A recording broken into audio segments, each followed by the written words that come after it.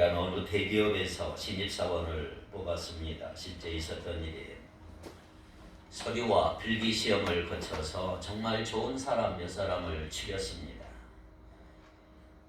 두 사람을 뽑아야 되는데 어느 누구 탈락할 사람이 없듯이 완벽한 사람들이 뽑혔어요. 이제는 마지막 면접이 남아 있습니다. 그런데 면접하는 날 모두가 긴장하며 기다리고 있는데 면접관이 오지를 않는 거예요. 시간이 되어도 1시간이 넘어도 면접관이 오지를 않습니다. 대신에 몰래 카메라가 돌아가기 시작했습니다. 시간이 돼도 면접할 생각을 안 하니까 어떤 사람들은 이제 불평하고 짜증내고 불안해하는 사람도 생기고 몸을 비비꼬는 사람들이 생겼어요. 어떤 사람은 항의하는 사람도 있었어요. 회사에서는 아무 대답도 하지 않고 무려 2시간을 기다리게 했습니다. 2시간 후에 면접관이 나와서 면접 끝 그랬습니다. 비디오를 분석하여 가장 침착하고 기쁨으로 기다린 사람을 뽑았다고 합니다. 회사는 신입사원의 믿음을 본 것입니다. 독일 나치의 유대인 최대 학살 현장이었던 아우슈비츠 수용소에 어느 젊고 유능한 유태인 의사가 포로가 되어 수용되어 있었습니다. 이 유태인 의사는 그 안에서 매일매일 가스실과 실험실로 향하는 동족들의 죽음의 행렬을 보곤 했습니다. 그러던 어느 날 그는 노동을 하다가 흙 속에 파묻힌 깨진 유리병 조각을 몰래 숨겨 들고 와서 날마다 거울을 보며 면도를 하기 시작합니다. 그렇게 해서 나치들이 처형자들을 고르기 올 때마다 그는 깨끗하게 면도한 얼굴 때문에 그들의 눈에 쓸만한 인간이라는 선입견을 주고 죽음의 위기를 모면하게 됐습니다. 그리고 그는 나치스가 완전히 패망할 때까지 끝까지 살아남아서 스페인에서 유능한 외과 의사로 성공하게 됐습니다. 그리고 수용소의 생활을 회고하며 하나의 책을 썼는데 이런 유명한 책을 썼고 그 내용에 이런 내용이 나옵니다. 하나님의 도움은 결코 늦는 법이 없습니다. 다만 우리가 너무 성급할 뿐입니다. 그렇습니다. 종종 하나님은 마지막 순간까지 기다리시는 분이십니다. 그러나 일단 하나님이 일하기 시작하신다면 그분은 일사천리로 진행이 됩니다. 결코 포기하지 않습니다. 그러므로 오늘 여러분의 변화의 시기는 어쩌면 여러분이 생각하는 것보다 훨씬 더 빠르게 찾아올 수가 있습니다. 혹시 오랫동안 기도해왔던 일들이 이루어지지 않아서 낙심하고 계신가요? 낙심하고 있는 문제가 있나요? 하지만 분명 하나님께서는 우리 삶 속에서 일하고 계시는 줄 믿습니다. 그분은 결코 우리를 낙심 가운데 방치하시는 분이 아니시기 때문입니다. 베드로가 강풍에 휩쓸려 바다에 빠졌을 때 즉시 손을 뻗어 구해 주셨던 것처럼 지금도 하나님은 우리의 손을 꽉 붙잡고 계실 줄 믿습니다. 오늘 말씀을 보면 이사야 30장의 내용은 기다리는 믿음이 얼마나 중요한가를 우리에게 알려주고 있습니다. 기다리는 믿음이 중요하다. 한번 따라할까요? 기다릴 줄 아는 믿음. 하나님을 기다리는 자는 복이 있는 분이에요. 믿음이 없어서 애굽의 도움을 요청하러 가는 유다 나라와 히스기야, 이사야는 이렇게 말을 하고 있는 거예요. 하나님을 기다리라. 이 한마디만 하고 있어요. 하나님을 기다리라. 18절을 다 같이 읽겠습니다. 시작. 그러나 여호와께서 기다리시나니 이는 너에게 은혜를 베풀려 하심이요 일어나시나니 이는 너희를 긍휼히 여기려 하심이라. 대저 여호와의 정의는 하나님이시라. 그를 기다리는 자마다 복이 있도다. 누가 복이 있어요? 하나님을 기다리는 자가 복이 있도다. 우리가 꼭 명심해야 될 사실은 바로 이거예요. 내 개인적 일이든 교회 일이든 나라 일이든 하나님이 하셔야 한다는 거예요. 실제로 하나님은 반드시 하시는 분이에요. 우리는 그 하나님을 여러분들이 기다려야 하고 하나님이 하실 때까지 믿고 기다려야 한다 이 말이에요. 기다릴 줄 아는 게 믿음이에요. 그를 기다리는 자마다 복이 있도다. 그런데 유다와 히스기야 왕이 하지 못한 게 하나 있어요. 결국 이 문제예요. 기다리지 못한 거예요. 하나님이 지켜주신다는 거 안 믿으니까 조급해지고 두려워지고, 사네립의 아수르의 사네립 왕이 공격해 올 때 야 이제 죽었다, 죽을 것 같고 망할 것 같이 느껴지는 거 하나님이 안 기다려, 안 믿어지는 그 믿음이 좋던 히스기야가, 그 훌륭한 믿음의 사람 히스기야가 이때는 믿지를 못했어요. 기다리지 못한 거예요. 그렇게 믿음이 없으니까 기도도 안 나오고, 기도를 하기는 하지만 하나님이 응답하실 거라고 믿어지지를 않는 거예요. 기다리고 있을 수가 없는 거예요. 그렇게 되니까 애굽에 엄청난 보물들을 가지고 이집트 야수가 쳐들어오니까 좀 도와달라고 보물을 갖다 주고 요청을 했지만, 당시 애굽 이집트는 종이 호랑이, 이제 힘이 다 빠진 나라고 결국 아무런 도움을 얻지 못하고 돌아오는 불쌍한 유다를 보십시오. 유다가 기다리지 못하니까 어리석은 일들만 계속 하거든. 한마디로 믿음이 없었기 때문에. 믿음이 없으면 하나님의 역사를 기다릴 수가 없습니다. 자, 이사야 7장 9절을 한번 봅니다. 이사야 7장 9절 시작.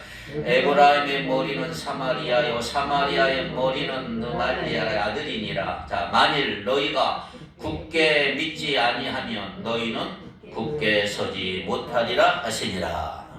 만일 너희가 굳게 믿지 아니하면 굳게 서지 못하리라. 자, 이 말이 아주 중요한 얘기입니다. 이사야 전체의 중심 구절이 바로 이 말인데, 당시 유다를 보시는 하나님의 마음이 잘 드러나 있는 거예요. 유다야, 좀 굳세게 서 있으라. 이 말씀을 하실 당시 왕은 아하스 왕, 악한 아하스 왕, 하나님을 믿지 않는, 너 좀 굳게 믿지 아니하면 너희는 굳게 서지 못할 거야. 그런데 그 다음 14절에 보니까 어떤 얘기가 나옵니까? 7장 14절에 보면 처녀가 잉태하여 아들을 낳을 것이니라. 구원자 예수 그리스도가 오실 것이다. 좀 굳세게 서라. 우리가 굳게 믿지 못하면 절대로 하나님의 말씀대로 굳게 설 수가 없는 거예요. 반대로 굳게 믿으면 굳게 설 수가 있는 거예요. 아멘. 굳게 믿지 못하면 굳게 서지 못하는데, 하나님의 역사는 우리가 하나님의 뜻대로 행할 때 하나님이 이루시는 줄 믿습니다. 그러면 여러분 굳게 믿어서 굳게 서길 바랍니다.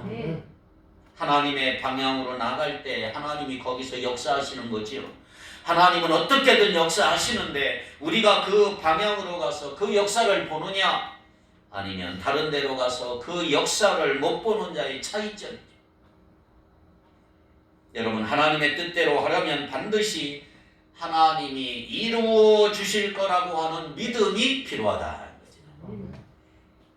예수님께서 이 땅에 다시 오시는 것도 마찬가지. 7장에서 이사야 7장에서 처녀가 잉태하여 아들을 낳을 것이다. 이 놀라운 예언의 말씀을 예수님 오시기 전 700년 전에 이미 주셨어요. 예수님이 이 땅을 떠난 2000년이 됐어요. 2000년 동안 다시 오시지 않았어요. 언제 다시 오실지 우리는 몰라요. 그런데 분명한 게 있어요. 예수님은 다시 오시는 거예요. 왜? 성경이 그렇게 약속되어 있기 때문이에요. 우리가 재림을 정말 믿는다면, 예수님이 다시 올 걸 믿고 주님 앞에 설 때가 있다는 걸 정말 믿는다면, 여러분, 지금 나의 행동과 태도는 달라질 수밖에 없는 것입니다. 다시 오실 예수님 굳게 믿으시길 바랍니다. 여러분, 굳게 믿으면 굳게 설 수가 있는 거예요. 지난 코로나 상황에서 저 자신부터 실내에서만 머물다 보니까 많이 나태해지고 게을러진 게 느껴지지 않습니까?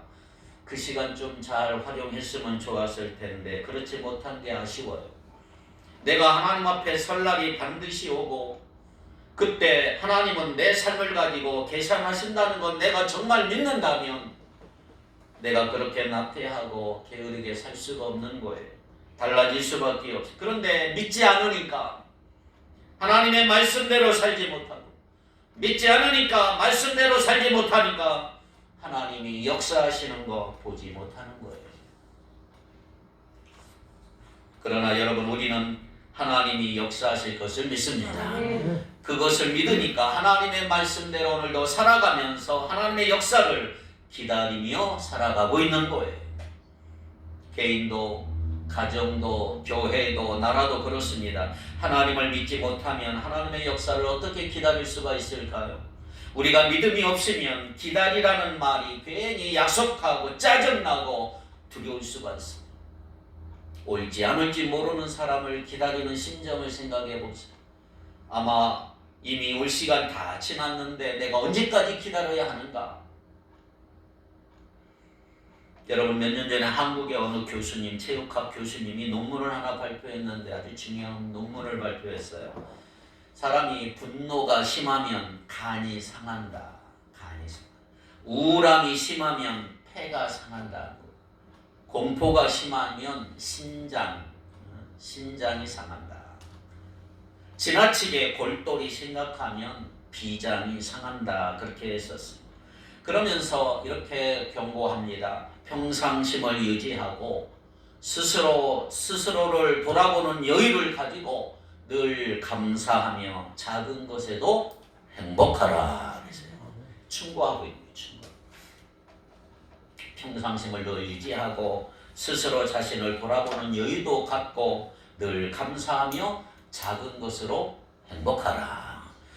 여러분 우리가 지금 그렇게 하고 있는 거 교회 나오면 여러분 얼마나 좋은지 몰라요. 교회 열심히 나가고 서로 감사하고 사랑도 나누고 교제하고 삶을 나누는 것이 건강에 얼마나 도움이 되는지 모릅니다. 예배하고 말씀을 읽고 새벽마다 말씀 묵상하고 기도하면서 스스로 하나님 앞에 자신을 돌아보는 것이 건강에 좋다는 것이 다 증명되고 있는 거예요. 하나님의 말씀을 주야로 묵상하고 기록한 대로 행하라고 하신 거, 기도하라고 하신 거, 예배라고 하신 거 그거 억지로 해야 될 의무가 아니고 우리의 영성뿐만 아니라 육신적, 정신적 건강에도 좋다는 사실을 기억하시기를 바랍니다. 그렇습니다. 하나님 믿으면 여러 가지로 얼마나 좋은지 몰라요. 그런데 믿음이 없으면 알면서 속이 썩고 될 일도 안 되고 그러나 하나님을 믿으면 여러분 하나님의 뜻대로 하는 마음을 가질 수가 있고 여러분 마음 안에 평안이 있고 기쁨이 있고 감사가 있고 사랑이 있고 섬김이 있는 거예요. 그러니까 우리가 어떤 마음을 품느냐 오늘 우리의 삶에 엄청난 영향을 끼친다는 거 기억하셔야 합니다. 하나님이 반드시 행하시고 지켜주실 거라고 믿으면 내 삶이 하나님께서 역사하시는 방향으로 흘러가는 거예요. 하나님의 말씀하신 대로 하나님이 하라고 하시는 대로 순종할 때 하나님이 역사하신다는 거죠. 그런데 교회 나와서 믿으면서도 하나님이 정말 내 문제 해결해 주실까? 하나님이 정말 역사하실까? 하나님 살아계실까? 이 마음에 믿어지지 않으면 그때부터는 괜히 불안해지기 시작하고 일들이 더 자꾸 꼬이게 되고 자 오늘 본문에 보세요. 놀라운 사실이 하나 있어요. 이사야 선지자는 하나님이 우리에게만 기다리라고 하시라는 게 아니고 하나님도 기다리신다. 이렇게 일러주고 있어요. 하나님도 기다리신다. 놀라운 말씀이에요. 우리만 기다리는 게 아니고 누구도 기다려요? 하나님도 기다리세요. 하나님. 예수님이 누가복음 15장에 보면 집 나간 탕자를 돌아오기를 기다리는 그 아버지의 모습을 통해서 기다리시는 하나님을 우리에게 말씀하고 있습니다. 아버지는 기다리는 탕자를 기다리는 하나님 아버지. 하나님은 그래서 우리가 정신을 차리고 하나님을 진짜로 믿기를 원하시는 거예요. 대충 믿는 게 아니고 진짜로 믿어야 된다. 그래서 이제는 정말 무슨 일이든지 하나님의 말씀대로 하게 되기를 기다리기 늘 믿습니다. 그러니까 하나님이 우리를 기다리시는 것은 왜 기다리시느냐? 바른 길 가도록 기다리시는 거예요. 바른 길. 탕자 아세요? 집 나간 탕자, 돌아온 탕자, 돌탕. 탕자처럼 잘못된 길로 가도 허랑방탕해도 아버지는 기다렸었지만 마냥 기다린 게 아니에요. 뉘우치고 돌이켜서 모든 것이 다 있는 집으로 돌아오기를 기다리는 그 아버지의 마음이 바로 하나님의 마음이다. 하나님 우리를 기다리시는 것은 그렇게 우리가 우리의 마음을 돌이키기를 기다리시는 거예요. 이제는 좀 돌아오라.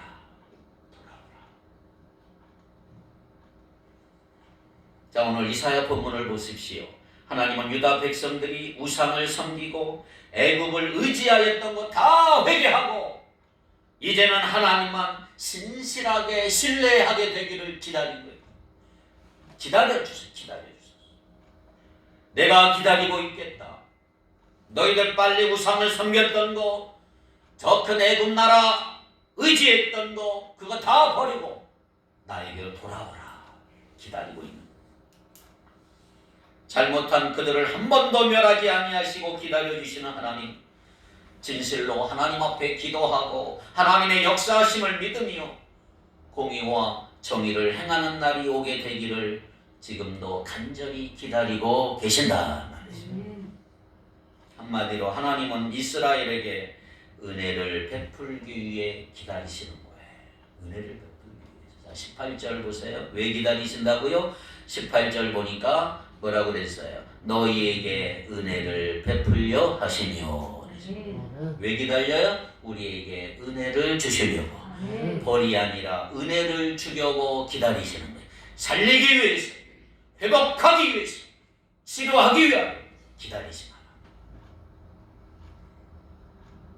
그러니까 오늘 우리가 하나님의 뜻대로 살지 못하고 전혀 하나님 앞에 나오지도 않으며 죄만 짓고 살아도 별일이 없다면 그건 괜찮은 게 아니고 빨리 돌아오기를 기다려주시고 계시는 하나님의 은혜이다.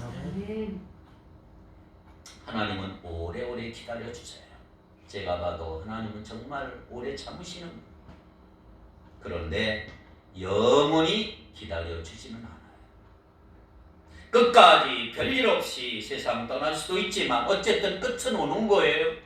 하나님은 지금도 기다리고 계실 때 탕자처럼 마음 돌이켜 돌아와야 된다. 하나님 기다려 주실 때 빨리 와야 된다. 중요한 것은 하나님은 우리만 기다리라고 하지 않으세요. 하나님도 똑같이 기다리시는 하나님. 그런데 놀랍게도 하나님은 우리에게 복을 주시기 위해서 기다리십니다. 그러니까 때로는 우리가 잘못 생각하는 경향이 있어요, 여러분. 우리가 하나님을 우리의 종으로 때때로 생각할 수가 있어요. 내가 그저 급할 때만, 내가 그저 필요할 때만 생각하는 분. 내가 급하니까 하나님께 도와달라고 기도하는 것이 습관이 되어버린다면 하나님을 그저 나를 도와주는 분 정도로밖에 여길 수가 없어. 급할 때 도와달라고 그러고, 없을 때 달라고 그러고, 돈이 없을 때 돈을 달라, 아플 때 낫게 해달라고, 무슨 일을 할 때 도와달라고. 그래서 마치 하나님을 종처럼 부리는 경우가 있는데 아니에요. 하나님은 우리의 종이 아니고 왕이시다. 하나님은 나의 왕이시다. 그러니까 우리가 정신을 똑바로 차려야 합니다. 잘 되려면 하나님께 철저히 순종해야 하고 하나님이 일하시는 것 기다리되 하나님이 일하실 때까지 기다려야 한단 말이에요. 우리는 하나님보다 더 빨리 움직여도 안 되고 하나님보다 느리게 움직여도 안 돼요. 이게 동행이 하나님과 같이 가야 돼요. 이스라엘이 출애굽에서 광야 생활을 할 때 낮에는 구름 기둥으로 밤에는 불 기둥으로 안전하게 인도하셨어. 같은 구름인데 밤에는 불이 나와 불기둥이 됐어요. 구름 기둥이 진에 머물러 있을 때 이스라엘 백성들은 다 머물러 있었어요. 움직이면 안 돼요. 그런데 구름 기둥이 움직이기 시작하면 백성들은 다 짐을 싸서 텐트를 걷어서 움직였었죠. 또 구름 기둥을 따라가요. 바로 그거예요.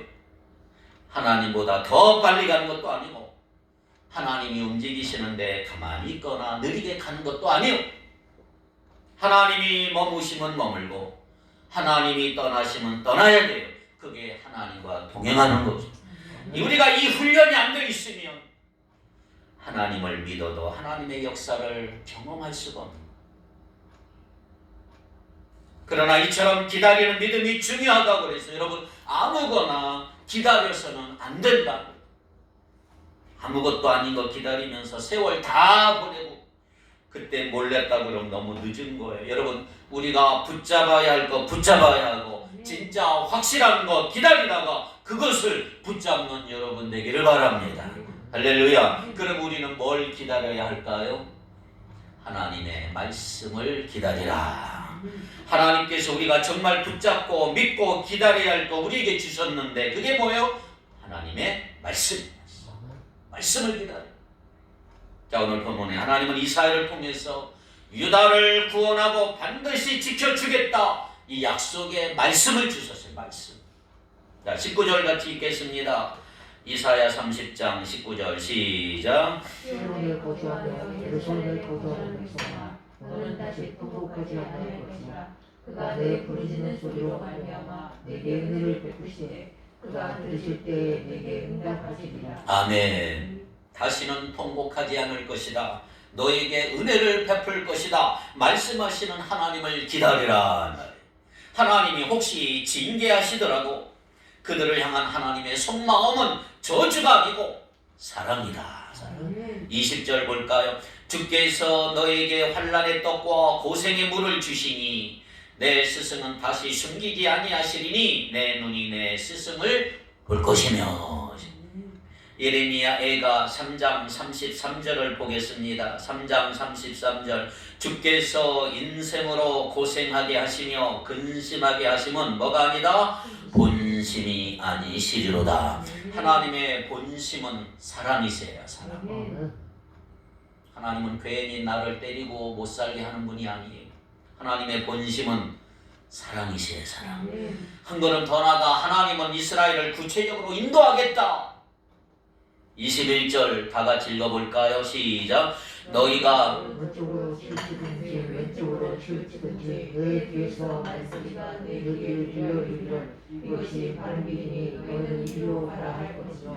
아멘. 세 번역은 이렇게 되어 있어요. 네가 오른쪽으로나 왼쪽으로 치우치려 하면 너의 뒤에서 이것이 바른 길이니 이 길로 가거라 하는 소리가 너의 귀에 들릴 것이다. 하나님께서 우리에게 막연히 그냥 살라고 말하지 아니하고 하나님은 구체적으로 이 길로 가야 돼. 저 길로 가야 돼. 우리에게 바른 길을 구체적으로 알려주겠다고 약속하신 분이란 말이에요. 친절하게 디테일하게 말씀하시는 하나님. 하나님은 이스라엘 백성을 지키고 회복시키시고 다시 풍성하게 하실 것이다. 계속해서 말씀하세요. 자, 23절부터 26절 한번 볼까요? 아주 중요한 얘기들이에요. 자, 제가 세 번역으로 읽을 테니까 여러분 23절부터 26절 한번 눈으로 쫙 보세요.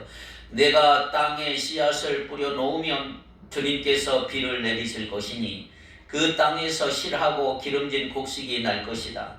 그때 너의 가축은 넓게 트인 목장에서 풀을 뜯을 것이다. 밭가는 소와 나귀도 아무 것이나 먹지 않고 키와 부삽으로 까부르고 간을 맞춘 사료를 먹을 것이다. 큰 살육이 일어나고 성의 탑들이 무너지는 날에 높은 산과 솟은 언덕마다 겨울과 시냇물이 흐를 것이다. 주님께서 백성의 상처를 싸매어 주시고 매맞아 생긴 그들의 상처를 고치시는 날에 달빛은 마치 햇빛처럼 밝아지고 햇빛은 7배나 밝아져서 마치 7날을 한데 모아 놓은 것 같이 밝아지게 될 것이다. 할렐루야. 회복시켜 주시고 상처를 싸매어 주시고 풍성하게 하실 것이다. 또 이제 유다를 위협하는 아수르라고 하는 나라 내가 심판하게 될 것이다. 멸망시킬 것이다. 이것도 약속의 말씀을 주셨어요. 자, 여러분이 읽어보세요. 27절부터 33절 이게 세 번역으로 되어 있어요. 한번 쭉 읽어보세요. 시작. 주님의 이름 곧그 권세와 영광이 먼 곳에서도 보인다. 그의 진노가 불처럼 타오르며 우리가 치솟는 별빛처럼 하늘을 찌른다. 그의 주는 분노로 가득하고 혀는 마치 태워버리는 불과 같다. 그의 숨은 번만하는 강물 곧 목에까지 차는 물과 같다.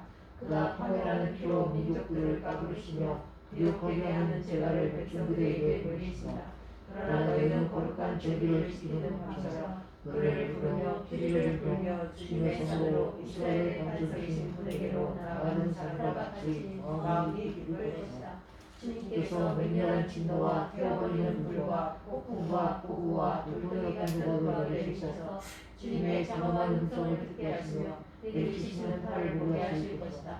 주님께서 몽둥이로 치실 것이니 아시리아는 주님의 목소리에 내몰릴 것이다. 주님께서 그들을 치시려고 예비하신 그 몽둥이를 그들에게 끄실 때에 주님의 백성은 소리와 숨소리와 장단을 마칠 것이니 주님께서 친히 아시리아 사람들과 싸우실 것이다. 이미 오래전에 불타는 곳을 준비하셨다. 바로 아시리아 왕을 태워줄 곳을 마련하셨다. 그 불덩이가 깊고 넓으며 불과 땔감이 넉넉하다. 이제 주님께서 내시는 힘이 마치 유황의 강물처럼 그것을 살고 갈 것이다. 아멘. 아시리아를 심판하게 된다니 하나님이 유다를 위하여 하나님의 백성을 위하여 아수르를 이렇게 심판하게 될 것이다. 이게 약속의 말씀이다. 하나님은 우리에게 말씀하여 주시는 분이란 말이에요. 이렇게 할 것이다.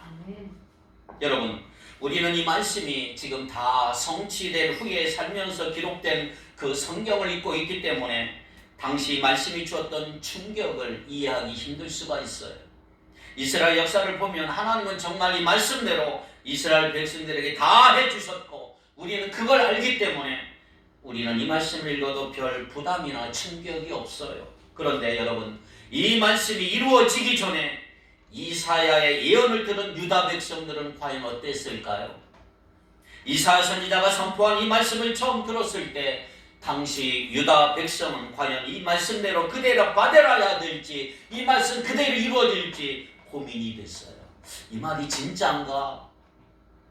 말씀은 받았어도 여전히 자기들의 생각대로 해야 될지 어떨지 심각한 갈등 속에 빠지고 있는 거죠. 유다 백성들이 하나님의 말씀을 잘 못 믿었어요. 지금 하나님의 말씀이 분명하게 임했잖아요. 그러나 안타깝게도 그들에게는 이 말씀을 붙잡을 믿음이 없었어요. 이것을 하나님의 말씀이라고 믿으면 하나님만 의지하고 하나님의 뜻대로 살아야 되지만 이 말씀을 믿지 못하고 그만 애굽 사람 애굽에게 도와달라고 애굽으로 가버렸어. 안타까운 건 그들이 이 말씀을 듣고도 애굽으로 가버렸어. 도무지 하나님의 말씀이 믿어지지 않고 하나님의 말씀을 믿지 못하고 지금 무슨 수로 저 강력한 아수르가 망할 것인가? 이스라엘이 다시 유다가 다시 어떻게 번성할 수 있을까? 하나님이 말씀하더라도 믿지 않으면 아무런 소용이 없는 거예요. 그러니까 하나님의 말씀은 정말로 이루어졌지만 불행하게도 이스라엘은 아수르에 의하여 결국 망하고 말았어. 그러나 오늘 우리는 달라요. 우리는 이미 성경을 통해서 하나님께서 말씀하신 것은 반드시 이루어지는 것을 믿습니다. 왜 우리가 구약 성경을 읽는지 아세요? 하나님은 어떤 일을 이루시기 전에 반드시 먼저 뭘 줘요? 말씀을 주셨고 그 말씀은 반드시 이루어졌다라고 하는 걸 확인하는 거예요. 그렇다면 말씀이 이미 이루어진 시대에 살고 있는 오늘 저와 여러분 우리가 할 일은 뭘까요? 그건 바로 우리에게 주시는 말씀을 붙잡고 행하는 거예요. 말씀을 붙잡고 행하는 거예요. 그럴 때 비로소 하나님이 역사하시는 삶을 우리가 살게 되고 그것이 기다릴 줄 아는 믿음이다. 하나님의 약속의 말씀을 붙잡고 하나님이 역사하기를 기다릴 줄 아는 거, 하나님이 말씀하셨으니 하나님이 반드시 이루실 것을 믿고 기다릴 줄 아는 것이 진짜 믿음이다 이 말이에요. 말씀을 붙잡으시기를 바랍니다. 할렐루야. 믿음 없는 사람들 하나님의 약속을 붙잡고 하나님만 믿으며 사는 것이 처음에는 어색하게 느껴지고 또 실수할 수도 있어요. 안 해본 일이고 미숙해서 주님의 뜻대로 하려고 하는데도 안 되는 일이 자꾸 생길 수가 있어. 그렇습니다. 그러나 처음부터 운동 잘하는 사람은 없어요. 기본기부터 다시 다지고 연습하고 계속 경기하다 보면 실력이 느는 거예요.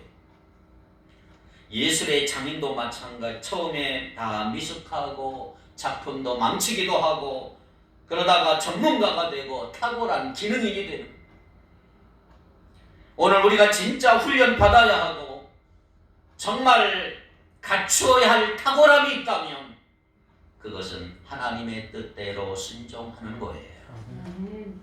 우리는 하나님의 뜻을 분별하고 그 하나님의 뜻대로 살아내는 것만큼은 내가 탁월해야 되겠다고 하는 결심을 여러분들이 하셔야 된다는 말이죠. 그리고 그렇게 결심했다면 내가 미숙하고 어렵지만 지금부터라도 그 길, 그 주님의 뜻 향해서 가는 여러분 되기를 바랍니다. 말씀을 붙들고 행하는 거예요. 그때 우리의 믿음이 내 행동을 바꾸고 또한 기다릴 수 있는 힘을 줄 것입니다. 할렐루야. 한국의 어느 유명한 목사님이 젊은 시절에 폐결핵으로 오래 고생하다가 치유를 받았어요. 근데 교회가 막 부흥되던 어느 날 병이 재발해서 병원에 입원하게 됐어요. 폐병이니까 아무도 곁에 오지 못하도록 교인들은 물론이고 사모님도 장로님들도 병실에 오지 말라고 그랬어요. 몇 달 동안 아무도 정말 오지 않으니까 이 목사님 혼자 생각합니다. 내가 버림받은 것 같고 자신이 아무 소용이 없는 사람이 된 것 같아 마음이 너무 요동하고 너무너무 두려움이 왔습니다. 어느 날 자다가 깼는데 새벽 2시였고 둘러봐도 병실에 아무도 없어. 그때 이 목사님의 마음에 내가 믿고 의지할 분은 정말 하나님밖에 없구나. 이 사실을 깨달았어. 아내도 아니고 장로님도 아니고 교회도 아니고 결국 나의 힘이 되어주신 나를 살려주실 분은 하나님이시구나. 이게 깨달아져서 곧바로 병원 침상에 무릎을 꿇었어. 하나님, 저는 주님의 일도 못하고 여기 이렇게 누워있으니 어떻게 합니까? 교회는 어떻게 합니까? 한참 교회가 부흥되고 있는데 목사님이 덜렁 병원에 입원해 있으니 교인들은 물론이고 목회 걱정이 한두 가지가 아니에요. 그때 주님이 이런 음성이 들려왔어. 주님의 이런 음성. 너는 나의 일 하지 마. 나의 일은 내가 한다. 나의 일은 내가 한다. 너는 예수로만 가득 채워라. 그날 목사님은 그 주님의 말씀을 듣고 마음을 정리했어요. 두렵고 섭섭한 마음들, 걱정되는 마음을 모두 다 예수님께 맡기고 몸이 완전히 회복될 때까지 1년간 요양하며 성경 읽고 말씀을 읽고 묵상하고 신앙서적 읽으며 주님만 1년 동안 바라보며 지냈대요. 물론 설교도 안 했어요. 오직 주님의 말씀으로만 내 마음, 목사님의 마음을 가득 채운 것. 그 후로 주님이 하신 그 말씀이 목사님의 목회의 좌우명이 됐어요. 너는 나의 일을 하지 마라. 나의 일은 내가 한다. 너는 예수로만 가득 채워라. 여러분, 우물을 파도 한 우물을 파라 그랬어요. 꾸준히 참고 기다릴 수 없는 사람은 큰 축복을 기다릴 수 없습니다. 히브리서 10장 23절 마지막 읽고 마칩니다. 또 약속하신 이는 믿으시니 우리가 믿는 도리의 소망을 움직이지 말며 굳게 잡으라. 기도를 해도 11조를 해도 봉사생활을 해도 이랬다 저랬다 하지 말고 움직이지 말고 꾸준히 계속 하시기 바랍니다. 조급하고 안절부절하는 사람은 하나님의 축복을 받을 수가 없습니다. 기다림 없이 하나님의 축복을 절대로 받을 수 없어요. 참고 기다리십시오. 불평하지 말고 기다리십시오. 계속 기도하며 기다리십시오. 움직이지 말고 흔들리지 말고 꾸준히 참고 계속 하십시오. 그때 정오의 햇빛같이 빛나는 때가 올 것이고 축복의 날이 오게 될 것입니다. 그렇습니다. 기다림은 믿음으로만 가능한 거예요. 진짜 주님을 믿고 나는 주님이 하라는 대로 하고 하나님은 하나님의 일을 하실 거라고 진짜 믿고 기다리는 거예요. 사람들 사이의 관계도 마찬가지예요. 다른 사람이 어떻게 바뀌었으면 좋겠다는 마음의 소원이 있습니까? 정말 믿고 기다리면서 내가 할 일만 다 하시면 됩니다. 모든 일에 기뻐하고 감사하고 사랑하고 내 마음이 평안하고 내가 진짜 하나님을 믿고 하나님이 하라는 대로만 순종만 하면 그러면 훨씬 빨리 주님께서 일을 이루시는 거예요. 전적으로 주님이 이끄시기를 기다리고 맡기고 순종함으로 하나님의 역사를 매일매일 생생하게 체험하며 살아가는 오늘 우리 모두가 되기를 주님의 이름으로 축복합니다. 기도합니다. 거룩하신 하나님, 오늘도 말씀해 주시고 말씀의 의미들을 되새길 수 있도록 해주시니 감사합니다. 우리에게 은혜를 베푸시려고 기다리시며 우리를 긍휼히 여겨주시기 위해 서둘러 일어나시는 그 하나님의 마음을 조금이라도 헤아리고 깨닫게 해주시니 감사합니다. 주님의 은혜와 사랑으로 인해 더 이상 울 일 없게 하시고 우리의 부르짖음에 응답해 주시는 주님을 풍성히 누리며 경험할 수 있도록 도와주시옵소서. 주님 긍휼을 베풀어 주시옵소서. 은혜와 사랑을 더하여 주옵소서. 주님의 세밀한 음성에 귀를 기울이며 주님의 인도하심에 따라 순종하며 나아가는 우리 모두가 되기를 원합니다. 특별한 은혜 아래 거하기를 원합니다. 억지로 자신의 뜻 관철시키지 않게 하시고 하나님의 때를 기다리며 인내하게 하여 주옵소서. 목표를 이루기 위해 과정을 등한히 여기지 않게 하시고 기다림 가운데 소망을 잊지 않는 강한 믿음을 허락해 주옵소서. 우리를 훈련시키어 하나님의 때를 기다리게 해 주옵소서. 예수님의 이름으로 기도하옵나이다. 아멘.